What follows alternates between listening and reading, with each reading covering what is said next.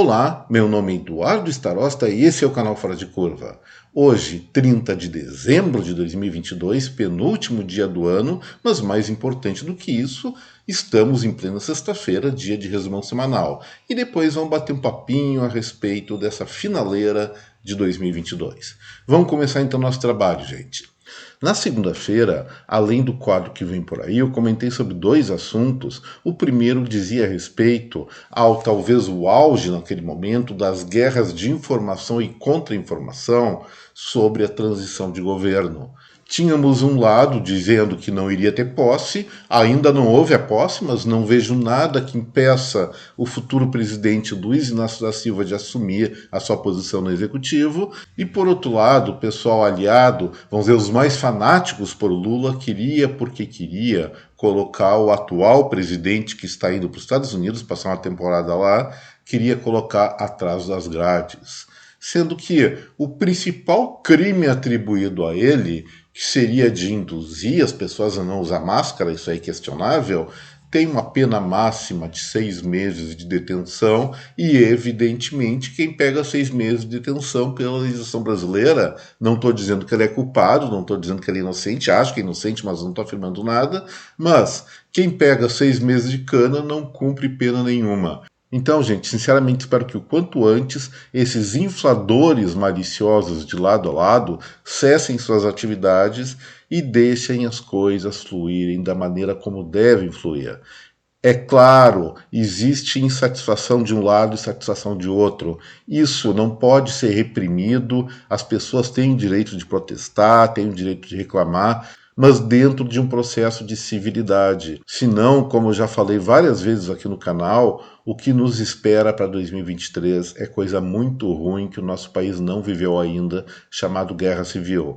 Então é hora de acalmar os ânimos, pensar direitinho no que está se fazendo. Espero realmente que o próximo governo faça no máximo 10% do que prometeu, porque se fizer os outros 90%, aí sim o nosso país vai virar um caos e eventualmente nós vamos ter algum tipo de conflagração, porque nesse momento histórico do Brasil, tanto direita como esquerda estão com muitas palavras na ponta da língua. São palavras não muito bem pensadas, mas por outro lado, essas frases de efeito, elas causam mobilização rumo à irracionalidade. E esse é meu temor para 2023. A outra questão que eu abordei na segunda-feira foi a nova política chinesa contra o Covid. Como nós acompanhamos nas semanas anteriores, o povo chinês não aguentava mais ficar em casa, preso nas suas residências, resolveu protestar às ganhas, enfrentando o poderoso partido político e seu líder Xi Jinping. E, aparentemente, ganharam a parada e, com isso, relaxaram o isolamento social de uma maneira geral. Evidentemente, isso aumentou muito a contaminação chinesa por Covid-19. Não estou dizendo que ficar preso em casa é o correto, mas sim, aumentou a contaminação e felizmente a cepa que está se alastrando pelo território chinês, acredito seja essa mais levinha que nós pegamos aqui, até eu já peguei ela, minha mãe de 95 pegou ela e as consequências são muito pequenas mesmo. Se for isso, a população lá vai passar um tempo com mal-estar, não se sentindo muito bem, mas a taxa de letalidade vai ser muito baixa ainda bem e acontecendo isso, acredito eu, acabou a pandemia do Covid-19 no mundo. Espero que eu tenha razão, não tenho certeza. Na terça-feira, nós abordamos vários assuntos aqui no Fora de Curva. O primeiro deles foi a alta dos empréstimos bancários em novembro, alta de 1%, mostrando que as pessoas que captam dinheiro no mercado financeiro, que é um grupo importante dentro da sociedade brasileira, sem dúvida nenhuma, realmente não estavam ligando muito para os resultados das eleições, estavam mais querendo tocar a própria vida e não tinham nenhuma expectativa positiva ou negativa em relação ao futuro. Eu falo isso porque no mês de outubro a alta foi também de 1%, e com essa neutralidade fica indicado um clima de normalidade nas relações, pelo menos financeiras. Se houvesse um grande entusiasmo em relação ao futuro, esse percentual aumentaria bastante, assim como se houvesse um pessimismo exacerbado com relação ao que aconteceria, o que vai acontecer a partir de janeiro do ano que vem, daqui a 3 diazinhos, portanto, a tendência seria uma queda brutal dos empréstimos bancários. Só isso. Também resgatei uma coisa que eu havia abordado na semana passada, no que diz respeito ao efeito da pandemia no PIB dos municípios entre 2020 e 2019. E aí eu confirmei a pedido de um inscrito que realmente foi o setor de serviços que pagou os maiores pecados pelo Fica em Casa. A indústria caiu bastante e a agricultura teve um baita de um crescimento. Isso aí vai em linha com aquela constatação de que os pequenos municípios foram os que mais cresceram no Brasil nesse período entre 2019 e 2020, porque eles não deram muita bola para o Fica em Casa. E também temos que reconhecer que as cidades de menor porte são muito influenciadas pela produção agrícola e pecuária e foram os grandes setores beneficiados, não só aqui no Brasil, como no mundo todo, nesse período mais agudo do Covid-19. E finalmente, na terça-feira, eu abordei a questão do conflito da Rússia e Ucrânia, que tende a continuar se estendendo no decorrer de 2023, e uma incursão um pouco mais ousada da China sobre Taiwan, quando 71 aviões do exército daquele país invadiram a ilha, que se mantém independente. E fiz alguns comentários a respeito dessa situação, que realmente é um ponto de tensão para o ano que vem e para os próximos anos também. Na quarta-feira, os destaques do Fora de Curva foram a 11ª alta consecutiva, alta mensal consecutiva do emprego no Brasil, segundo o CAGED. O resultado não foi tão poupudo, não foi tão expressivo como nos meses passados, mas reflete uma realidade na qual a atividade econômica nacional ainda está crescendo, ainda está evoluindo. Espero que isso se mantenha ainda em 2023. O outro assunto foi a respeito dos mandatos de prisão contra os humoristas, se não me engano é o canal Porta dos Fundos, que é o Bismarck e o outro não me lembro o nome, e considerando aquilo um verdadeiro absurdo.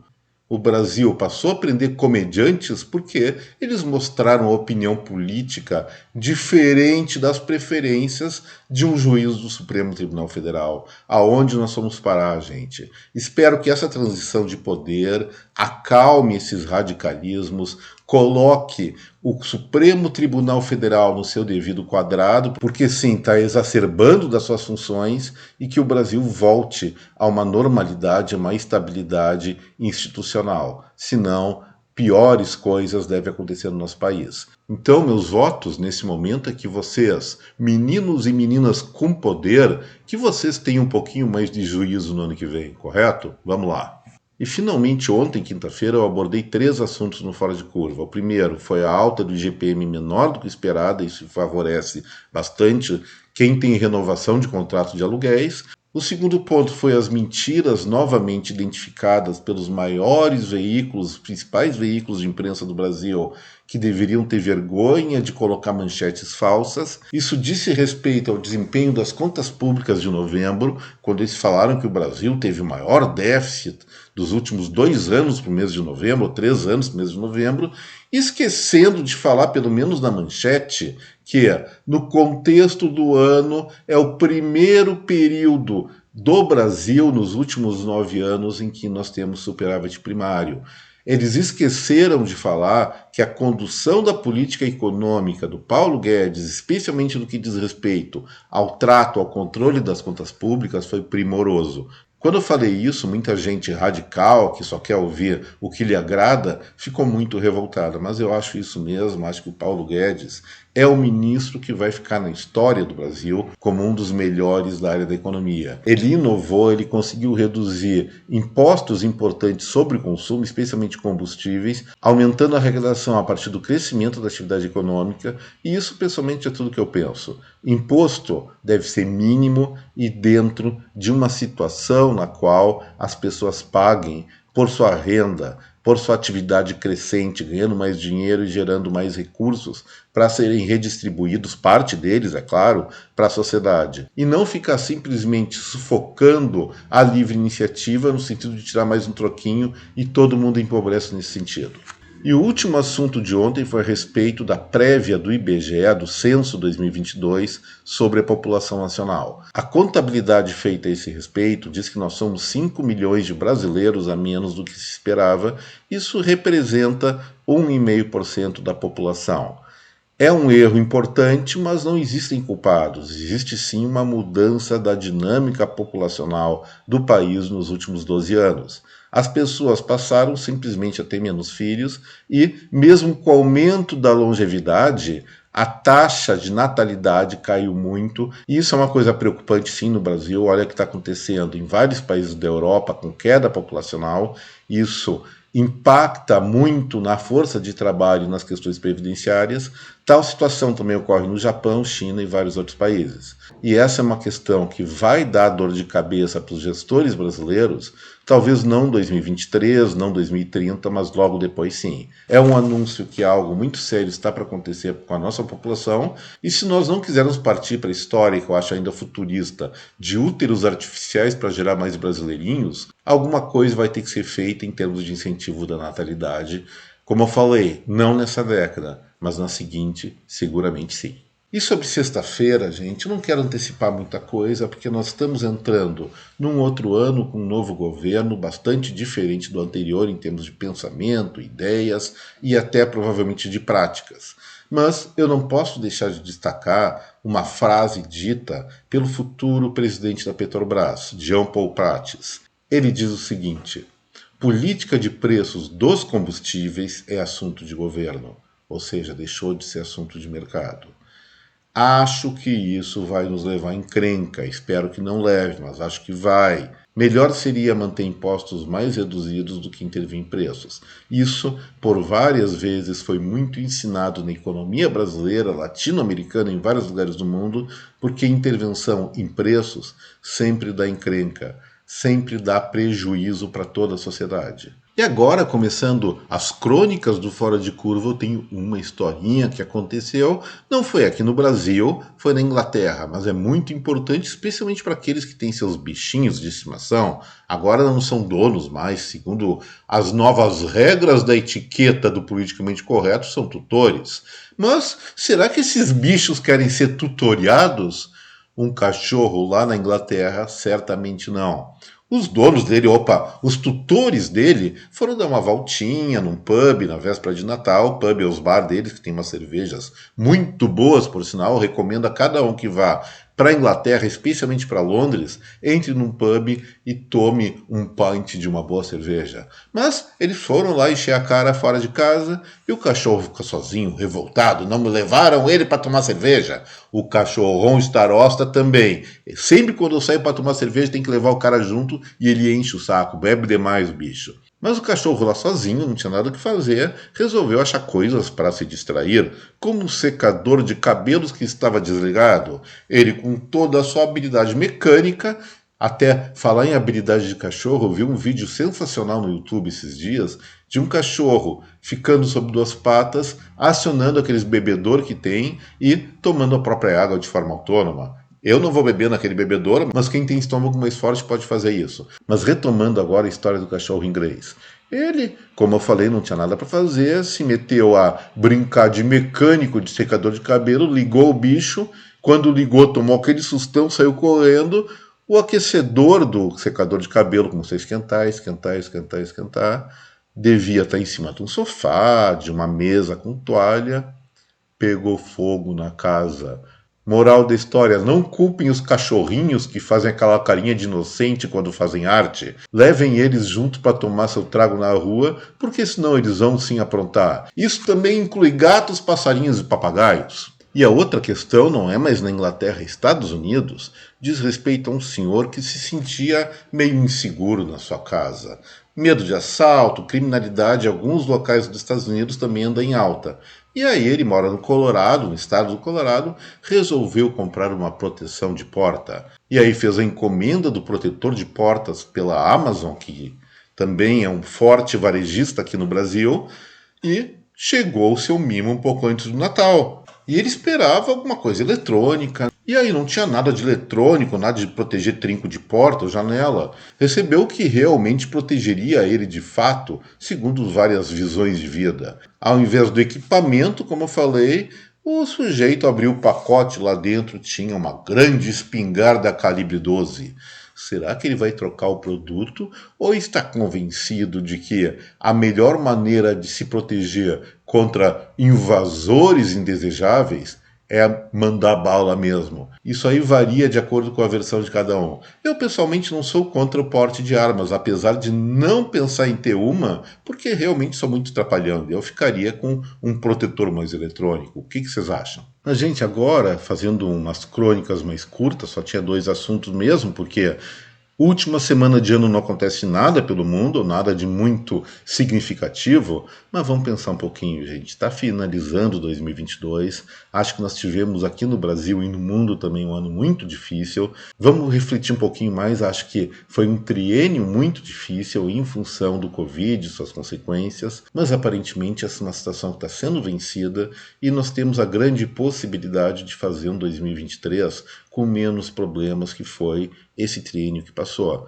Então, que 2022 se encerre logo, sem mais percalços, por favor, só 2 diazinhos, e que 2023 nós entremos numa situação muito melhor, temos grandes desafios pela frente, muitas coisas eu estou otimista, outras pessimistas, mas acredito que em termos de Brasil, a nossa grande lição para o ano que vem vai ser saber manter o equilíbrio nos aspectos mais políticos e econômicos da nossa vida. Nós podemos entrar numa situação de grande prosperidade, especialmente se o futuro governo não pisar na bola, não resolver virar de ponta cabeça as coisas positivas que foram feitas pelo governo Bolsonaro. Podem questionar sim, mas tem coisas positivas. Ninguém é de todo ruim, ninguém é de todo bom. Vamos parar com essa balela de fundamentalismo e empreender realmente uma situação ou tentar formar uma situação que seja mais benéfica para os brasileiros. O que o nosso país precisa é de prosperidade. E prosperidade não se faz com arroubos de poder, e sim com inteligência, com compreensão de como funcionam os processos econômicos e sociais, a despeito do que muitos líderes, muitos teóricos falam. A natureza, gente, inclusive a humana, ela está em constante transformação e transmutação. E se nós não reconhecermos esse processo permanente de aperfeiçoamento, ou até de pior em alguns casos, nós vamos ficar presos ao passado, e o passado, mesmo trazendo lições importantes, ele não resolve o presente. O presente e o futuro, eles são progressivos, são prósperos, na medida em que nós passemos a inovar, empreender e procurar realmente uma situação melhor, em princípio para nós mesmos, mas também para as pessoas que nos rodeiam. Um pouco de solidariedade, um pouco de fraternidade sempre faz bem. E assim, gente, encerro o Fora de Curva de hoje, desejando a cada um de vocês um excelente 2023. Aproveitem muito bem a virada, porque a partir de segunda-feira nós vamos ter novas missões, uma nova realidade que, queira Deus, nós sabamos lidar com ela da melhor forma possível e da maneira mais produtiva possível. Um feliz ano novo, até breve ou até o ano que vem, que é a mesma coisa agora. Um forte abraço em cada um de vocês. Tchau, gente.